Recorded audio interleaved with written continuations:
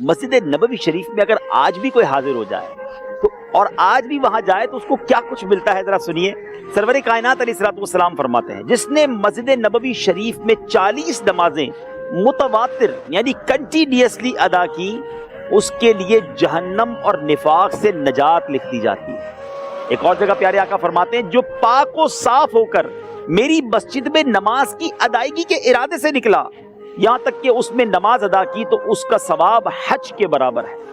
یہ جو حدیث ہے ناظرین, مجھے اپنی زندگی کا ایک واقعہ یاد آ گیا. ایک بار میں مسجد نبوی شریف میں حاضر تھا, میرے ساتھ ہی ایک بڑے نورانی چہرے والے عربی بزرگ موجود تھے. تھوڑی بہت عربی اور انگلش میں ان سے بات ہو رہی تھی تو میں نے ان سے پوچھا کہ ان کی عمر کتنی ہے.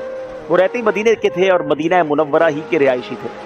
تو غالباً انہوں نے بتایا کہ میری عمر 55 سال ہے. اچھا, ان کچھ دنوں کے بعد حج کے دن آنے والے تھے تو میں نے پوچھا کہ آپ نے کتنے حج کیے ہیں. انہوں نے کہا میں نے زندگی میں ایک ہی حج کیا. میں نے کہا آپ مدینے میں رہتے ہیں حج کو نہیں جاتے؟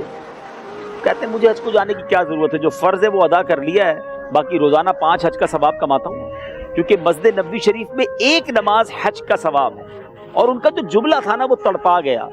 وہ کہتے ہیں میں مدینے سے باہر نہیں نکلتا کیونکہ مجھے یہیں مرنا ہے, مجھے جنت البقیع میں جانا ہے. اللہ اکبر. میں صحیح بتاؤں ناظرین, کئی اہل مدینہ آج بھی ایسے ہیں جن کی زندگی کا اب مقصد ہی یہی ہے, وہ مدینہ منورہ سے باہر ہی نہیں جاتے. ہائے ہائے, ان کو یہی مرنا ہے, وہ آقا کے قدموں میں رہنا چاہتے ہیں اور جنت البقیع ان کی زندگی کا ٹارگٹ ہے.